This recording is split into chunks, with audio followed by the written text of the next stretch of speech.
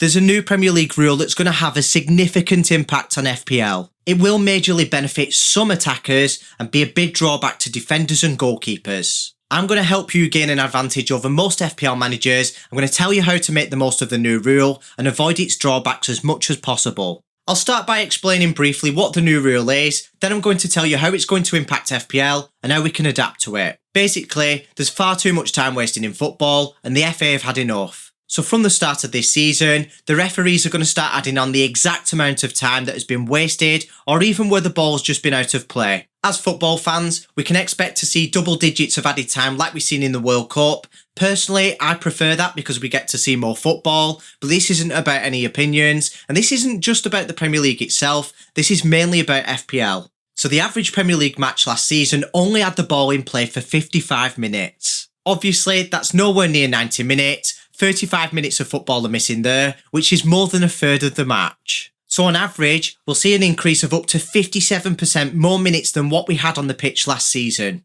The question is, who will benefit from this the most? And that will be the attacking players that will play a high number of minutes. The most efficient way of predicting minutes for upcoming matches is by taking a look at the expected minutes figures. The expected minutes on screen have been provided by Drafthound. In previous seasons, this data was very important. It's even more important this season with the new rule. If you want access to this game-changing data, pause the video, click the link in the description and get yourself signed up. They also have expected points, probability of returning, predicted lineups and player comparison. Okay, so there's players with high expected minutes that won't benefit from this, so I've removed them from the list. For example, Cullen from Burnley was included and he's a defensive player. Even attacking defenders won't benefit much from this new rule and I'll explain why soon. The standout men who typically play 90 minutes are Kane and Bruno. Whilst this video has been recorded, there are rumours that Kane might be leaving the Premier League, so if you're watching this and Kane has left the Premier League, just ignore him. Iwobi and Gibbs-White are right up there for expected minutes as well, but of course these aren't players that we would usually target in FPL. But whilst their attacking output isn't quite as high as most of the players on the list,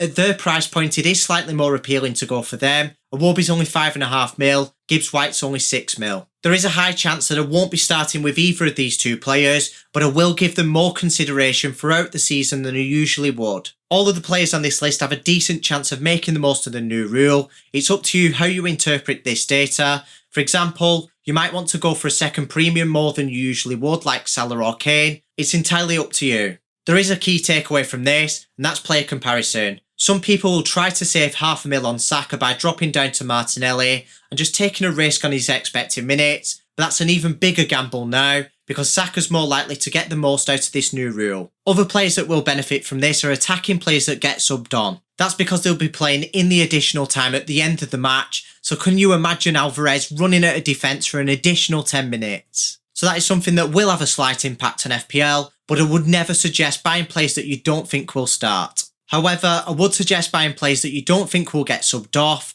because this will be bad for those players. They'll be missing out on more minutes. I would also suggest not buying injury prone players because more minutes means there's a higher risk of injury. Of course, managers will try to navigate this by subbing players off early, but that's another disadvantage because they play less minutes. Something worth mentioning before we move on to the defenders. By chance, with there being more minutes, there'll probably be more penalties as well, so there's an even bigger appeal for penalty takers. As for the defensive players in FPL, this is a big drawback. That means there's a higher chance of conceding and a higher chance of losing the clean sheet or losing a point for every 2 goals scored. So this is where it balances out for the attacking defenders. Whilst they've got a higher chance of scoring and assisting, they've also got a higher chance of conceding. There is a slight benefit for goalkeepers as well. That additional time gives them slightly more chance to make more saves, which gets more save points, sometimes more bonus points as well. There is another aspect that helps goalkeepers as well. They've had plenty of yellow cards in previous seasons for time wasting. So now that shouldn't be a problem